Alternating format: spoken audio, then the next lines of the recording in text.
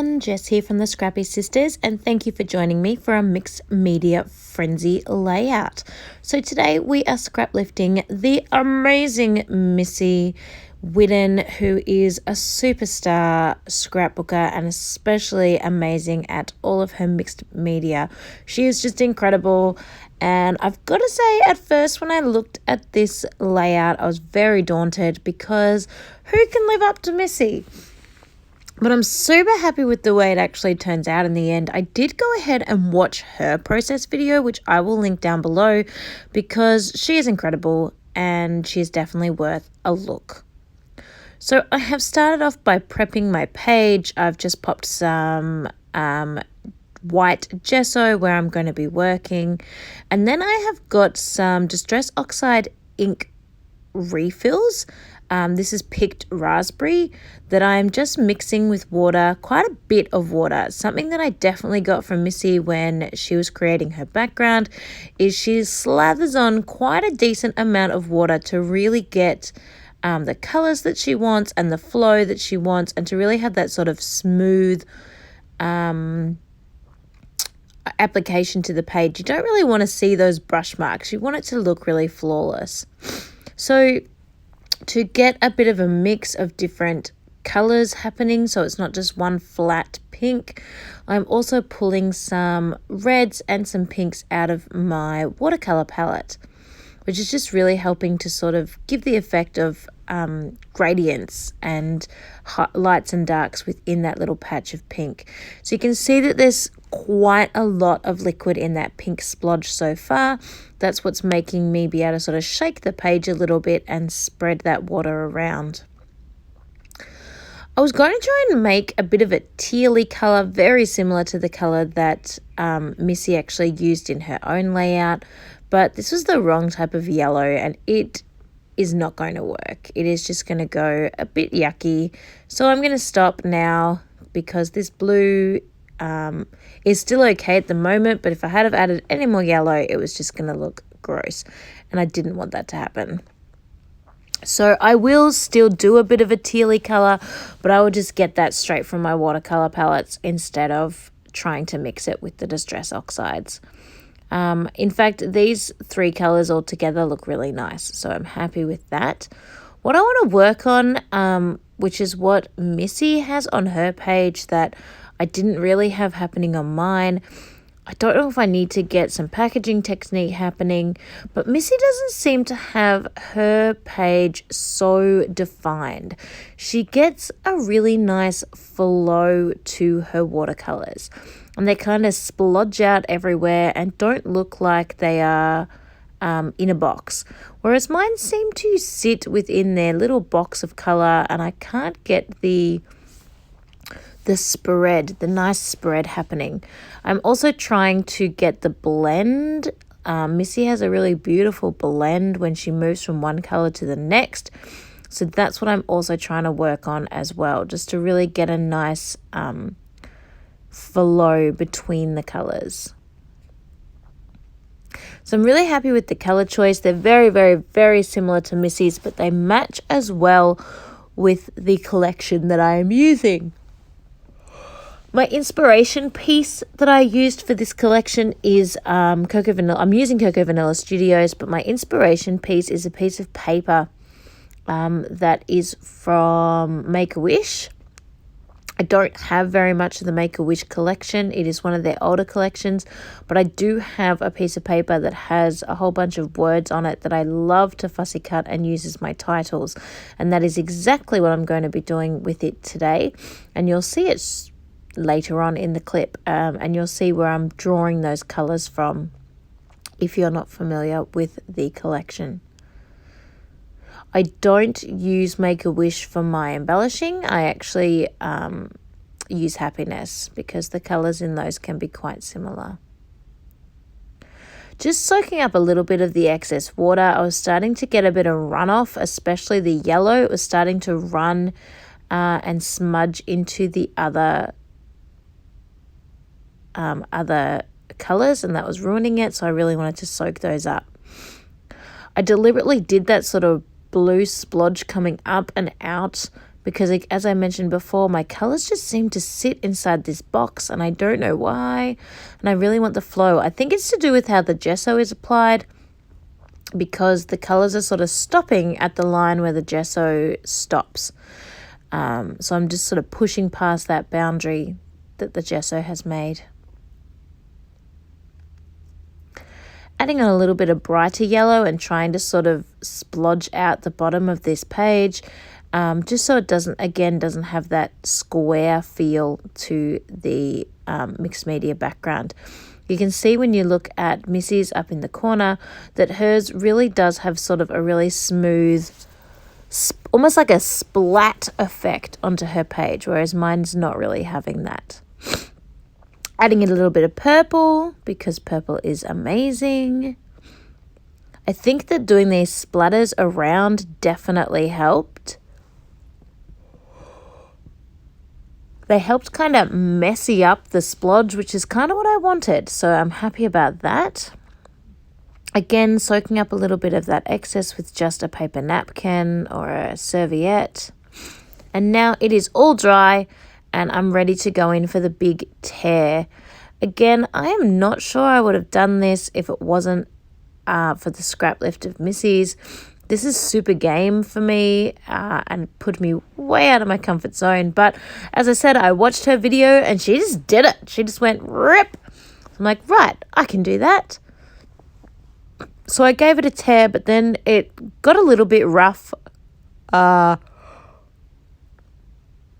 which is kind of an oxymoron. You want it to be rough, but I needed to smooth it out a little bit and then use my scissors to distress up the parts that I smoothed. I just wanted to make sure the cut flow wasn't so jaggedy. Beautiful, that is looking good. Now, when it came to selecting the 2 bits of paper that I put down my side, I didn't really work with many choices. It probably would have looked really awesome to use like a black and white piece similar to how Missy had done it along with a colourful piece, but I literally had these 2 scraps in my collection and it seemed like they would be perfect. They were, basically the right size and I'd be nuts to not use them. So I just worked with what I had as opposed to cutting into a full 12 by 12 sheet, because these were just ready. They were just sitting there speaking to me. So I glued on the first sheet the flowers and then realized I don't really know how big 12 by 12 is by just guessing. So I actually went and got another sheet of paper and then popped them down so that I could actually measure out my full 12 by 12, because that makes more sense to actually know what size I want. Just using normal double-sided tape here. So I hope you managed to stick around for this full video. I know it is a full 20 minutes. It was very, very hard to cut this one down with so much mixed media and then with popping embellishments on as well. It was like 2 full process videos in one. A process video on how to prep the page and make the background, and then another process video on actually embellishing your page. So now I'm going ahead and doing a little bit of extra to the teared section, which is what Missy did. So just adding a little bit more gesso and using my same paints. Some of them had got a bit too mixed and were going a bit brown and yucky, so I had to be careful of that. Just to add a little bit of colour up there on the tear. I'm also trying not to get too much colour in on the flower paper, but I do of course get a little bit you don't really notice in the end. Once this part is done, I'm pretty much finished with the mixed media side of the layout, and then it's time to just get embellishing and playing with how I'm going to dress this layout up. But there's still more to go with prepping the page before the actual, photo attaching and all of that starts. Missy just does so much to her layouts. I think this is like the most elements I've put on a page in quite a while. And I really enjoyed it, but it is really time consuming. Like sometimes I have to decide if I want to do as many little bits and bobs to my page or if I want to get my pages done. Because this layout would have easily taken me over an hour. So just pulled out my knockout punches. We are memory keepers to make some borders. I used the branding strip, which had a really cute wood grain on it, and I'm just hiding that in and under the first tear, the white tear. It's really hard to see. Hopefully you will see it in the close-up videos. It's not as super noticeable because the branding strip is quite skinny. I probably should have used a piece of paper where I had a bit more to work with, but it's just a nice little hidden piece in there, I think, that just sort of pops a little bit. When you look closely at everything in the layout, it kind of flows together. But when you look closely at it, it's a really nice little hidden effect.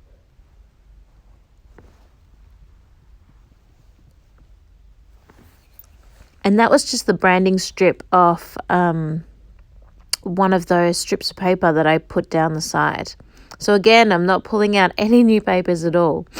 Now, we know Missy loves her thread, so of course I had to incorporate that as well. So I've just put out a little bit of black. I did and ah about if black was my right choice, but I wasn't sure. Like, I could have used a different color, but then I felt like that color was going to get hidden. And so instead, I was just going to go dramatic like Missy did and just use black and roll with it and hope I could incorporate a little bit of black into the layout. Because Missy did use a black and white photo and I am not. But yeah, we will see. So now I'm going to cut another one of those border strips, but in a different punch. So still using my knockouts. If you're not sure what the knockouts are, I know you can't see them now because I've put the picture up there. It's like a border punch, but it's got 6 choices of different styles of border punch, and you fit them into like the punch home base, like the mechanism, and you can interchange the 6 different designs and knock out your paper, punch out your paper. So pretty handy. A little bit hard to press, like they take quite a squeeze, but nice, and they're like the only border punches I have. So thanks, Katie, for letting me steal those. So this time I have used a little bit of pink and again a little bit of the floral, and I'm just layering those in on top. Then I went ahead and got out my sewing machine and stitched down the side. I can take no credit in any of this. This is all just Missy. This is all just a direct scrap lift of what Missy has done to her layout. And now I'm just roughing it all up just to add a little bit of texture, a little bit of pop. This is all just Missy. Now my photo, just popping my photo on tissue paper. This is actually glittery tissue paper, but you don't really notice when I cover so much of it with the photo. And I'm going to pop that onto my page with some double-sided tape. I was going to use foam, but I decided it was sort of popping up enough by having so much tissue paper behind it. Now, the biggest element so far that I am missing is the numbers. So here is the piece of paper that I used as inspiration. So that is the Make-A-Wish paper that I just love, and I love fussy cutting out the title from that. And so that was my color inspiration. That was where I pulled the colors to use in that watercolor from. And now I need to do my numbers. I looked through a whole bunch of my collections to see if I had any number stickers similar to what Missy was using. as part of a collection, and I didn't. I had 0. So I decided I would just use whichever collection I wanted and instead pull out my thickers and use thickers to add the pops of numbers to my layouts. So I'm just going through all of my different thickers here, pulling out colors that match, pulling out a lot of pinks. I realized that I should probably pull out some blacks just to help pop the black thread. Different sizes as well. I realized that thickers are actually all about the same size, so I better start using those super tiny ones as well, just to get some different sizes as well. I think that adds a really nice effect if you have different sizing. This is a photo of New Year's Eve, and so I was originally going to do like a countdown, 10, 9, 8, 7, 6, 5, 4, 3, 2, 1. Still in like a big blob like that, but sort of deliberately have the numbers starting at 9 at the top, like kind of where I put that 6, you'd have 9 up there, and slowly have the numbers go down, down, down until you get down to the word celebrate, where you'd only have the numbers like 1 and 2. But in the end, I just decided it didn't matter. You kind of get the feel that we're counting numbers, that there are numbers, that it's the year, that it's the countdown, that it's the something. Then I've got the word celebrate, and I will, of course, also add some journaling. So I think all of that combined will be enough to tell the story. I did love the way Missy said she did all the numbers as if it was saying like the reasons why I love you, which I really loved that. And I contemplated using a different photo so I could go down that route. But in the end, I just loved the pops of color and the concept of celebrating and New Year's that comes with this one. So once I've put down as many different colors as I can, and I've had a bit of a play with the orientation and made sure I've filled all of the gaps and got enough of the black. I really wanted to make sure there were a couple of bits of black because I was really concerned about not having any black and having that black thread and wanting it to look like it fits on purpose. I then just push all those down and really make sure they're on the page. I tried not to have the same number too close to each other, but you know, it happens. Push, push, push, and make sure they're all adhered safely. And then it is time for fussy cutting my title. So I'm going to go ahead and cut these gorgeous letters out. And then I'm going to go ahead and pop them up on foam and adhere them just exactly where they were sitting before, underneath the numbers and a little bit over top of my photograph. So I will be back right now. Okay, now it is time for embellishing up my page. We are on the home stretch. Thank you so much for sticking around if you have managed to last this far. Just putting my second little thread cluster underneath the right-hand side of my photo, just like Missy did. I think I have mentioned this maybe once or twice already. This is an absolutely direct scrap lift of Missy's layout. I really haven't used a huge amount of creative license here. There are, of course, a few changes, but the general gist of everything that I'm doing is just like what she did as well. I did also mention I will post a link to her video down in the description box. So, in terms of embellishing, this is where my layout becomes mine, which is kind of exciting. I didn't love the banners that Missy used on her layout. Didn't hate them. They look great for her, but they weren't, I didn't have any, and they weren't something that really stood out to me. And I also didn't super love the big black say cheese up above the photo. I felt like that pulled your eye away from all the other things that were going on.